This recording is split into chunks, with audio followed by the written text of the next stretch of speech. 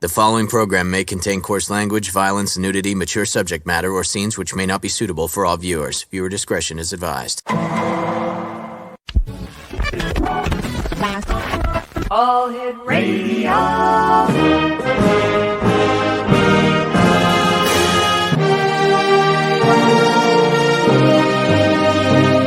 Welcome to the X Zone, a place where fact is fiction and fiction is reality. Now, here's your host, Rob McConnell.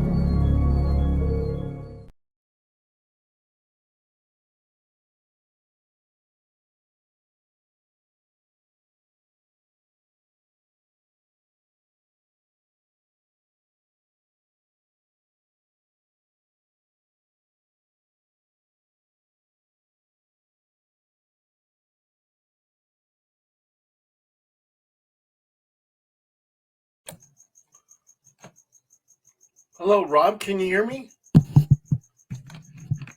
Oh, no. All right. Do we have Paul Dale there? Can you hear me, Rob? I can hear you fine. Fantastic. Okay. All right. Nice talking to you. Like I was saying, we're going to be talking to you about the paranormal, but in the next hour, we're going to be speaking to our guest who will be joining us at the top of the hour, William Barnes. We're going to be talking about Sasquatch. So that's going to be a very interesting hour. How have you been, Paul? Good seeing you. I've been good there, Rob. How you doing? Not too bad for an old guy, COVID and everything else that we've had up here in Canada. It's always hard to try and understand and make sense of what the heck happened and why it happened. But here we are. No worse for wear. How about yourself and your family? Oh, everything's fine. We got contacted by a documentary crew down in Los Angeles with Netflix, and it seems like they want me and my wife to host a seance in North Hollywood. Ooh. So they're talking about doing that in probably 3 weeks from now. So Well, good for you. happens, yeah. You'll have to let us know how you make out. Yeah. And I don't mean make out with your wife. I mean make out in the seance. Just had to get that straight. Yeah, go ahead. Funny that you're mentioning your next guest. Mm-hmm. We're talking about Sasquatch. I have my own Bigfoot story. Would you share it with us? Sure. When we did an investigation in Mount Shasta, we went in search of UFOs. Mm-hmm. The last of the Lemurians supposedly live in the caverns in Mount Shasta, and we were doing a Bigfoot hunt. And I got to this one point of this creek, and there was nobody else there except two of my investigators. And I did a wood-on-wood type communication. So I picked up this piece of wood and hit the tree 3 times, seeing if I could get a response. Well, Right. I did this 3 different times. Then all of a sudden, I heard 3 rocks go into the creek as an answer to my wood-on-wood communication. And there was nobody around. Bears can't pick up rocks and throw them in the creeks, but it was 3 solid hits into the creek with 3 rocks. So that was absolutely amazing. So there was something out there that did that. Fascinating. Yeah. For those listeners and viewers who are meeting you for the first time, Paul, can you tell us a little bit about yourself and what was it that led you to doing the work that you're doing in the paranormal? I actually lived in a haunted house when I was a little boy. All kinds of things were happening to me. I was targeted. I was attacked by, it seemed like several entities. And this was a house on Effie Street in Fresno. And this entity, at one point in time, and it sounds crazy, but it looked like a black tea kettle. And it opened up my window halfway, and the snout pointed towards me and blew out this mist. That mist, the next day, I was sick with bronchitis. Another time, these like skeleton heads with wings come flying into my room, and my mother heard me coughing, and she actually gave me poison because she was like half asleep, made me throw it up. And so, with all these things that were happening to me in this house, I was wondering if those were like night terrors or was Hmm. that really something paranormal? And I think one of the scariest things is I was looking out the bedroom window and I heard a woman's voice say, Dale, come here. And she was trying to entice me to go into the orange grove. And I feel if I went into that orange grove, you wouldn't be talking to me right now. So when I got a little bit older, I was reading books on Brad Hmm. Stryker, Eric Von Doniken. I got into everything, ancient aliens and UFOs and cryptids, and you name it. So I became very knowledgeable by reading all these books. And then I got into military intelligence. And when I was in military intelligence, I said, if anybody knows anything about UFOs, it would probably be military intelligence. So I was a 97 Bravo intelligence analyst over at the Photo Interpretation Center in Korea. And on one particular day, 6 photographs came in. And those 6 photographs were different pictures of UFOs taken by our reconnaissance satellites. And like one picture was a cigar shaped UFO, another one was a saucer shape, another one was globe shaped, on and on and on. Hmm. And those pictures represented a video. Somewhere out there, there's a video. And on the back of the photo, it said intelligent movement.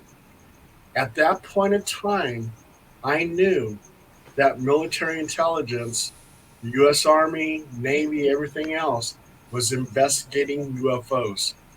And my job, very simple. All I had to do was assign it a number.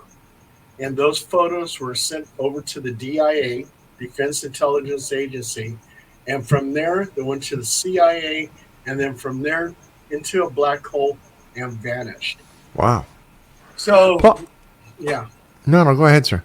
Oh, yeah. So, with all that, and then I stumbled into a person, a friend, who was doing paranormal investigating, and I was also too a journalist, writing for various magazines and stuff like that.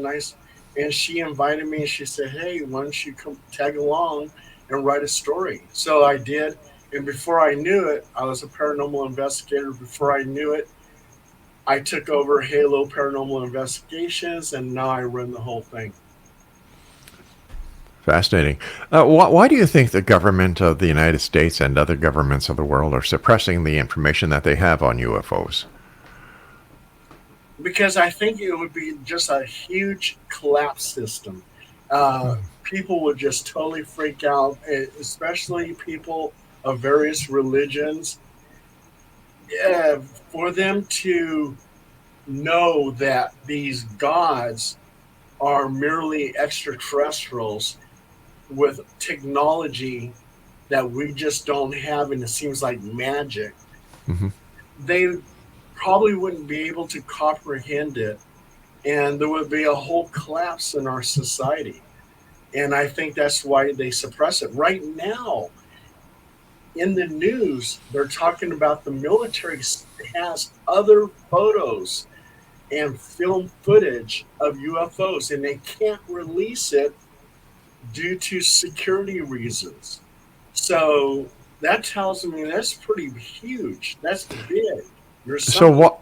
So why would they say that the military has these photos if, in fact, the photos or the video can't be released? Why would the media do that?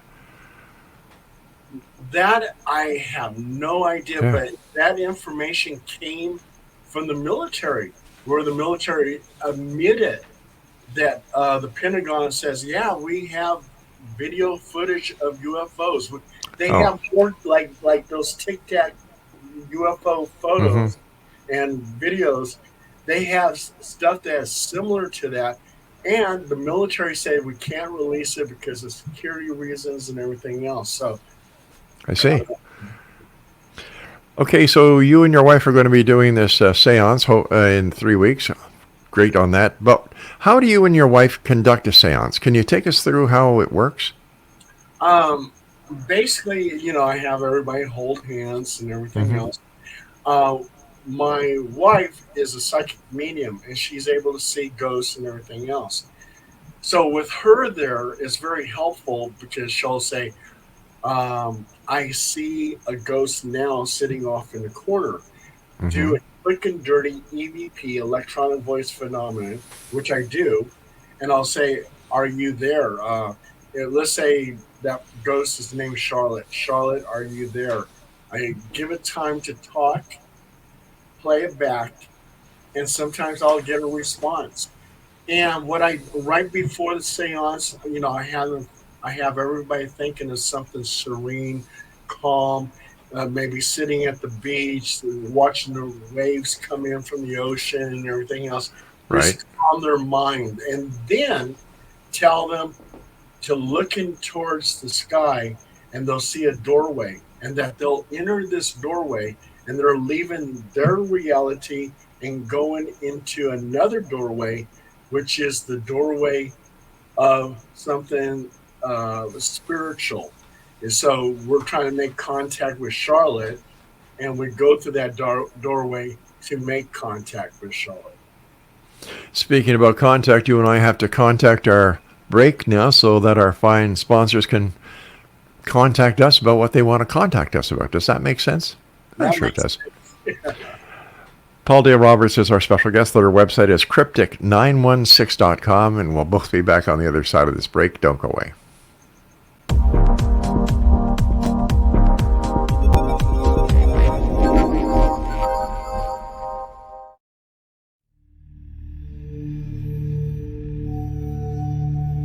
Do you enjoy paranormal, sci-fi romance, yet find yourself tired of the same old themes and storylines? Then you won't want to miss Kahira O'Donnell's latest exciting release, To Taste You Again. Alien Lord Kane McKean knew the moment that his destined mate was born. He watched from afar, waiting for her to grow from child to woman. However, before she was old enough, she was stolen from her home world by flesh pirates. Kane searched 10 long years to find her held in a suspension chamber, a 10-year-old girl in a woman's body. He rescued her and swore to give her time to grow up, but with his very life depending upon winning her as a mate, has he waited too long? Get your copy today. To Taste You Again by Kahira O'Donnell is now available on Amazon or KahiraO'Donnell.com.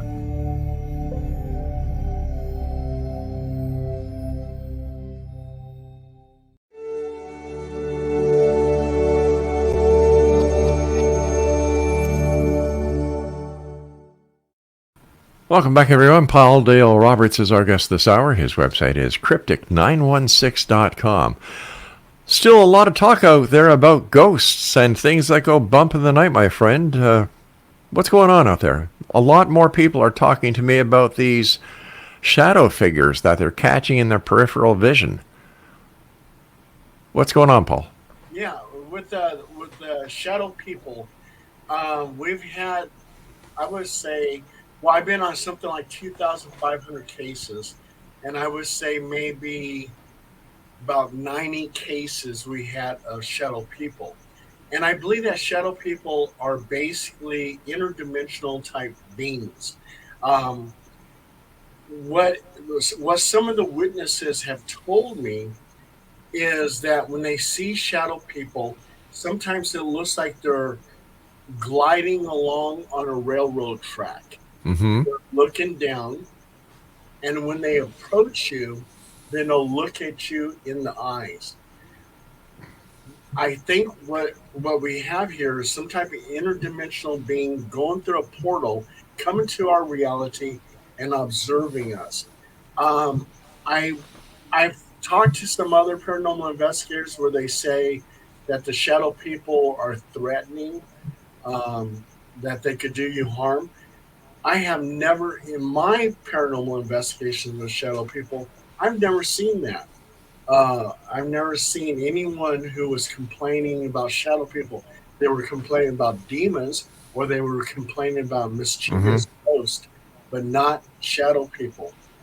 So I don't really understand where some of these paranormal investigators are saying that. It seems that there's more than one type of reason for ghosts. Well, a ghost. Well, let me ask you this: is the ghost a ghost the same thing as a shadow person, or are these two separate entities?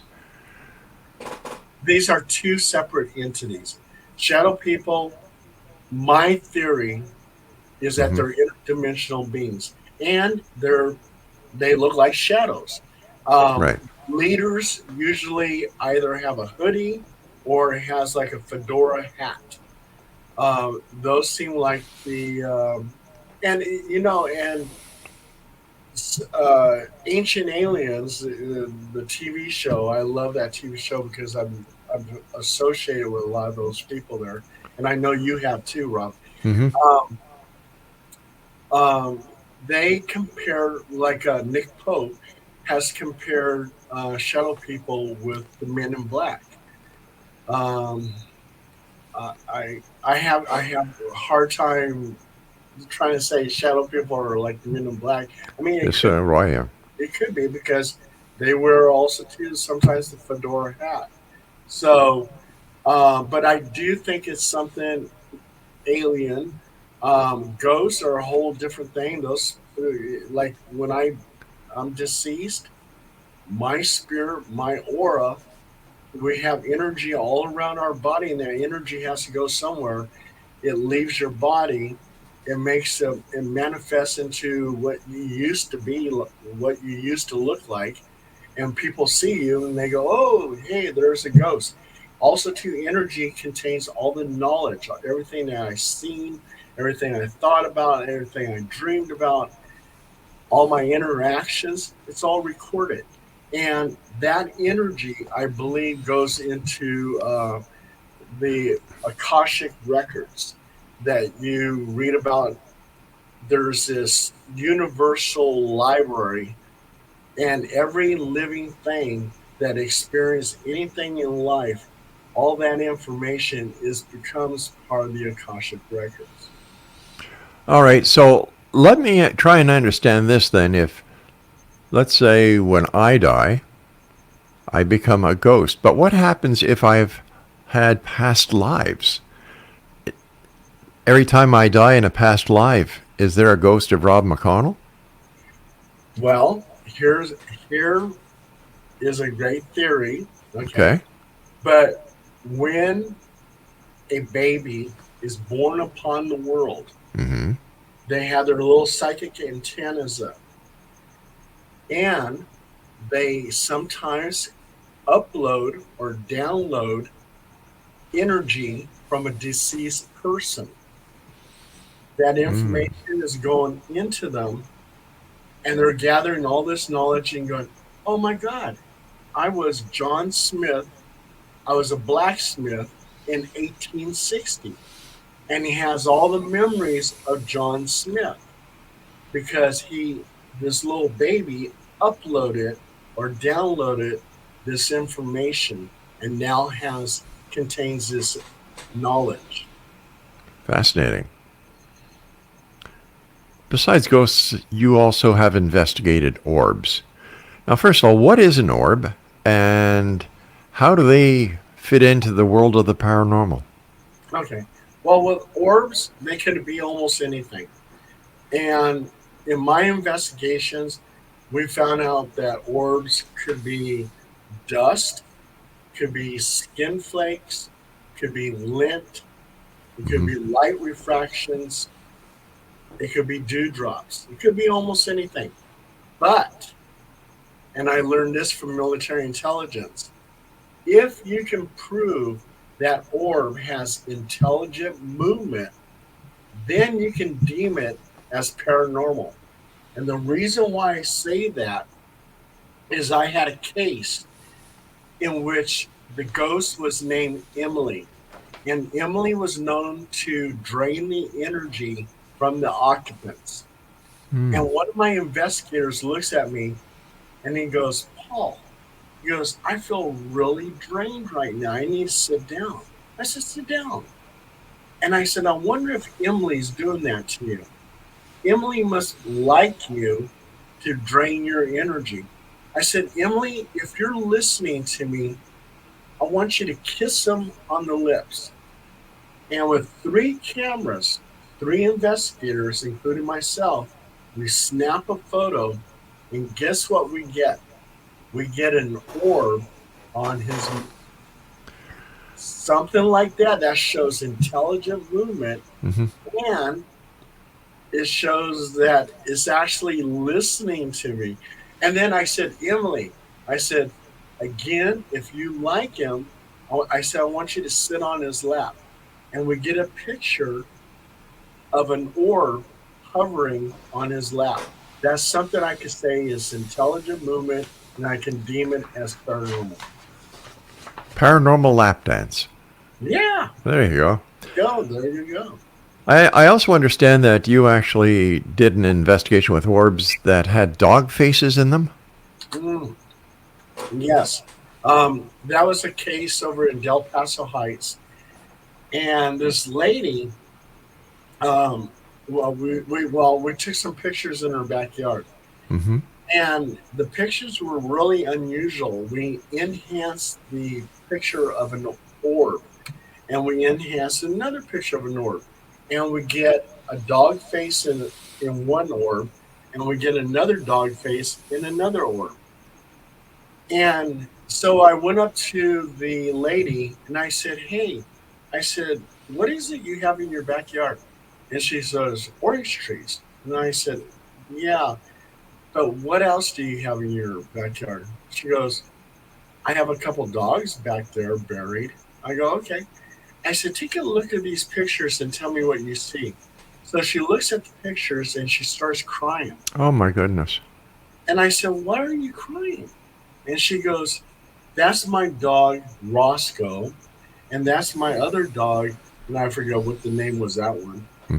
And she goes, they're the ones buried in my backyard. She goes, those are my 2 dogs. And then she pulled out some pictures of those dogs. And they did. They looked like the faces in the orbs. They looked like her dogs. So that was another thing I could actually deem as paranormal, because she's saying those faces were her deceased dogs. Son of a gun. Well, let me ask you this. We know that humans have ghosts, or can come back as ghosts, and there are people who have the ability to see these ghosts, and your wife is one of these people. Do animals also come back in ghosts? Absolutely. All living things have an aura. I mean, you have the scientists who take a picture of a tree leaf, and that tree leaf has an energy aura. So all living things have auras. So I believe, yeah, we have an aura, we have a soul that when it leaves the body, people see it, it's a ghost. Dogs, the same thing. And we've had cases where we investigated dead animals that came back. We had a German Shepherd in Citrus Heights, and it was known to actually leap from the kitchen through the kitchen window and outside in the front. So yeah, we actually had several cases where there's spiritual animals roaming the house. There's a lot of different ghost stories here in the Niagara area. Like I was telling our listeners before, we have the Canada's most haunted town of Niagara-on-the-Lake, not very far from here. That was the scene of the Fort George is right there. One of the bloodiest battles of the War of 1812 was fought there. And there's stories about ghosts driving buggies, and they can see the horse, the buggy, the driver, and spirits or ghosts on the inside of this buggy. Now, I can understand that a human can come back because of the energy. I can understand the animal for the same thing, but how do you get to see a ghost or an apparition that includes a buggy? Well, I had a case like that in the Sierra Nevada mountains. Okay. And it was the Donner Party. and the Donner Party was stuck up at Yeah. the mountains, and they wind up doing some cannibalism on some of the people, passengers of those caravans. And people sometimes see ghostly images of the Donner Party, and they also too see the caravans. And what I believe is that the energy from people is also too surrounds inanimated objects. So something like a caravan, you're traveling miles and miles on this trail. So all the energy of those people is around that caravan. Just like if you have something that's very precious and like a ring that you wear all the time, Mm-hmm. and you take that ring off, and the psychic medium is able to hold it in his hand and say, "Yeah, this belonged to McConnell," and because that energy surrounds that ring, your energy, and it I just see. stays on there permanently. You're a very busy man. I don't know where you find time to sleep or have a social life outside of what you do. For example, I know that you conducted an investigation at Skinwalker Ranch. Tell us about that. At Skinwalker Ranch, actually, it was kind of disappointing, and I'll tell Oh, you. Okay, I'll tell you why. Um, I brought two investigators with me, and we went to the valley where the Skinwalker Ranch is. We did not actually go to Skinwalker Ranch, but we were in that valley. And the whole valley is haunted. There's hmm UFO activity and everything else in that whole valley. So it didn't matter that we weren't at the ranch. But on that night, it was a heavy, heavy, heavy thunderstorm. So we're trying to set up the tents. I must have fell into the mud several times, and it was just crazy. But the only interesting thing, there was two interesting things that happened. I actually saw, and it's probably natural phenomenon, I saw ball lightning. It seemed like the clouds actually parted, and this energy ball just popped out from the clouds, hit the ground, and shattered.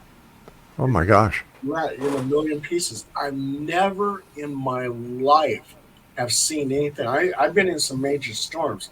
I've been in major storms in Seoul, Korea, in Texas, and everything else. I've seen some storms, but this storm was mind blowing because I've never seen ball lightning. So, and then also too, we had the recorder on, and we actually hear this screech. It was it was a sound that I never heard before, and I was hoping that the recorder picked it up, but the rain was so pouring so hard, all you can hear was the pitter patter of the rain. And in the morning time, when we woke up, one of the investigators had pneumonia, and because of that, because it was, is life threatening. hmm Actually, we drove all the way from back to Utah, back to California, and got her home. So that was it. Wow. Okay, you and I have to take a break at this time, Paul. You know, it's always great talking to you. So thank you for taking time out of your busy day to join us. And when we come back, I'd like you to share your story about Area 51. Okay, sure, Rob. All right, Paul Dale Roberts is our guest, Exonation. The website is cryptic916.com. And we'll be back on the other side of this break. Don't go away.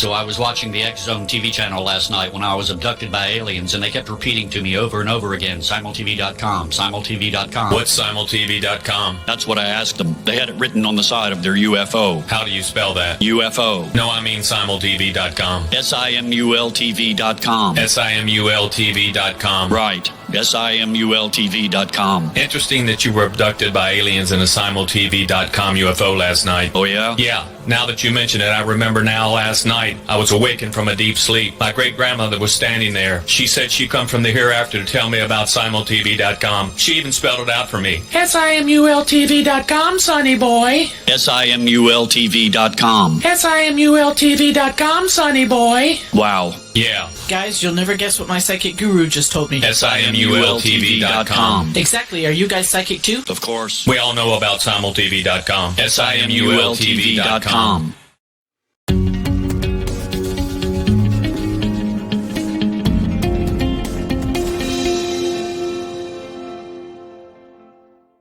Dun, dun, dun, dun. Oh, we're back.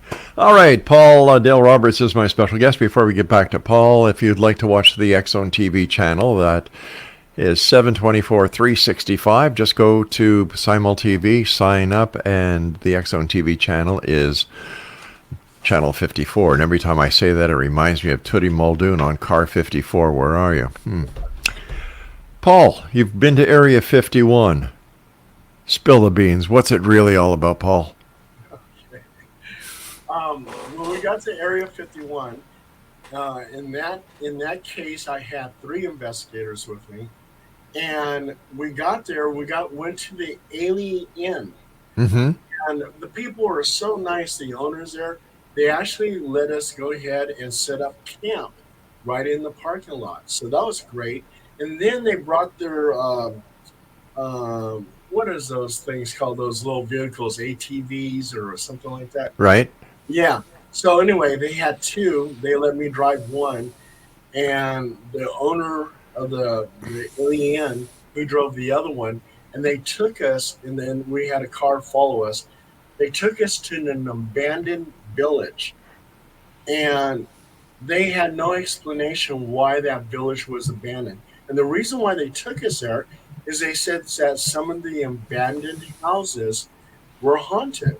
So we actually did a ghost hunt there. And we got a couple of EVPs. One house I chased a bird out of. It was stuck in the house, and I managed to get it out the window. So I did my little heroic thing. And then we went up to the gate where they have all the security cameras and everything else, right? And right in front of me, up on a hill, was this guy in camis. And he's watching me with binoculars. Well, I'm watching him with binoculars also. So we're both looking at each other, and then he slowly takes from his shoulder a sniper rifle and points it at me. I said, oh my God, this guy is really serious, because I was getting close to the gate. I hadn't crossed over, but I was pretty close, and he was holding that sniper rifle on me. So they really take that seriously. And so I said, I think it's time to pack up. Well, also too, we were working with this one UFO group, and I can't think of their name right now, but they told me to take some soil samples. So I took some soil samples, and what was really unusual about the soil is we found like little wires in the soil. But anyway, we shifted over to this UFO group. They had it analyzed, and they said that the ground was eradicated, and they didn't understand exactly why it would be. So that was one of the things that they said about the soil sample. And then 2 of the investigators, and I didn't see it, but they were claiming that they saw something that looked like a UFO up on the side of the mountain. When we got back to the Alien, I did a couple of interviews. I talked to this one guy who said he worked at Area 51, and he said that Bob Lazar actually did work at S4. that he didn't have access to S4, but when they dropped him off with the bus continued with Bob Lazar, dropping him off at S4. And in the Alien, there's a photo of Bob Lazar signed. So you know that he's been inside the Alien. The people there knew him. So they can't deny that he didn't work there. I mean, why would you be in the middle of the desert if you didn't work at Area 51? You know, that's a good point. Yeah, unless you're working at the Alien as a bartender, but you know. And then we interviewed this one lady who was a regular at the Alien, and she claims that on one particular day that this thing that had wings, it would hover, it made no noise, and it actually went in where it was eye level to her, and she saw a human pilot inside, and he waved at her, and then he took off. So that was kind of unusual. Yeah. They say that they hear, of course, a lot of sonic booms. Well, that would be very natural because you have all this secretive jet aircraft out there, and they're probably making those sonic booms. So we did a night watch, and a couple of the investigators claimed that they saw some UFOs that were like starlight, where they were moving erratically. Again, I didn't see that, but they actually made a report of it with MUFON saying that they actually saw this. They swore up and down they saw it. And that was our Area 51 trip. A lot of people believe that there's something mystical or something very special about Mount Shasta. And I know that you did an investigation there. Can you share that with us? Yeah, well, I told you about the Bigfoot. Yeah. We had Sylvia Brown. Sylvia Brown's secretary, Holly DeLaughter, was a member of Halo Paranormal Investigations, my team. Mm-hmm. And what was really funny about Holly is even though she worked for Sylvia Brown, she always told me that Sylvia Brown was a fake psychic and that she was the real psychic. So that was kind of interesting. But Holly took me to the certain point and she goes, Paul, I want you to take a picture of me right now.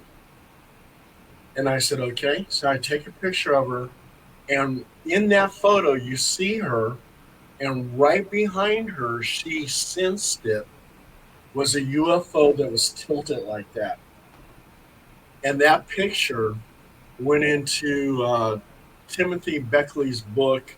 It was seen by Brad Steiger, and it ran around the world. It went viral. But yeah, she actually sensed the UFO, and when I snapped that picture, that UFO right behind her. Was that the only experience you had at Mount Shasta? That and the three rocks into the creek. So we did the Bigfoot hunt, right? UFO hunt. We even stopped at a motel. I forget what the motel was, but it was supposedly haunted. And so we got some EVPs there, and we left. And we looked for the Lemurians, but we didn't see that. But they say on Mount Shasta, if you go above the tree line, you can wind up either disappearing or meeting up with the Lemurians. So, but we didn't go above the tree line because it was just too cold. Paul, stand by. We've got to take our final break for this hour. And Exonation, if you'd like to find out more about Paul, his adventures, his what he's doing next, once again, Paul, we'll look forward to seeing you and your wife on that Netflix special. Should be interesting to hear what your wife brings from the other side when it comes to celebrities and so on. Paul's website is cryptic916.com, and we'll be back as we wrap up this hour here in the XO from our broadcast center in St. Catharines, Ontario, Canada.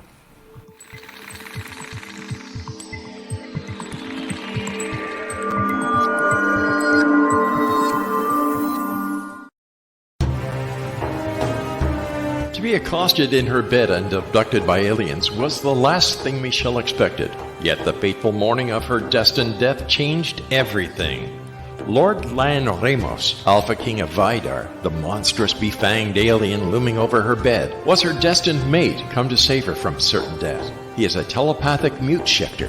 Can Michelle accept him and his animal? Once on Lan's home planet, Michelle becomes increasingly psychic, revealing her as the fabled Oracle of Vidar. As factions conspire to destroy them, will they overcome mounting threats? Will Michelle's growing gifts save them, or ultimately destroy her? Don't miss this sci-fi shifter romance with charismatic and engaging characters. Get your copy today, The Oracle of Vidar, available on Amazon or CahiraO'Donnell.com. That's CahiraO'Donnell.com.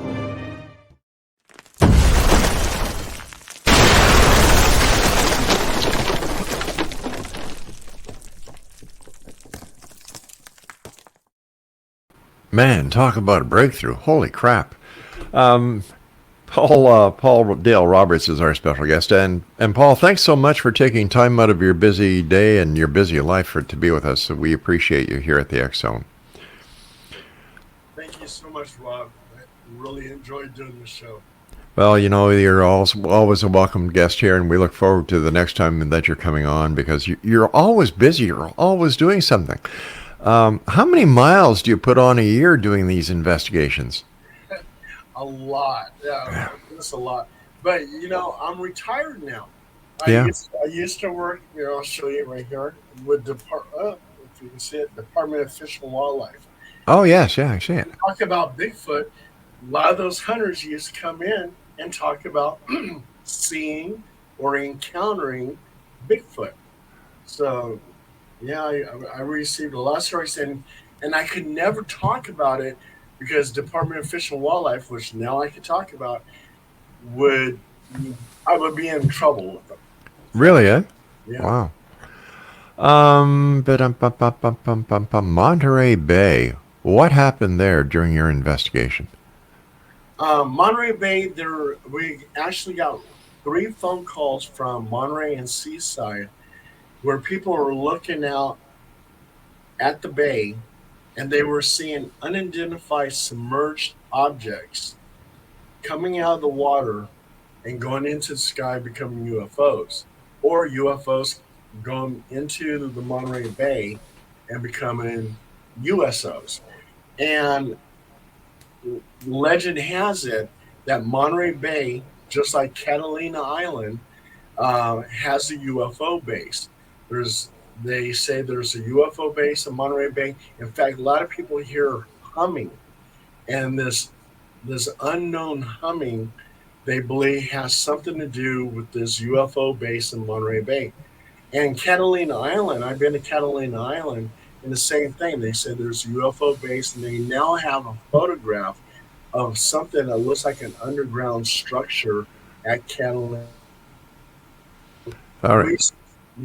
We spent the whole night there watching that bay, but we didn't see anything. Why do you think some people have the ability to see, whether it's a ghost, whether it's a Bigfoot, whether it's a UFO, and yet other people don't?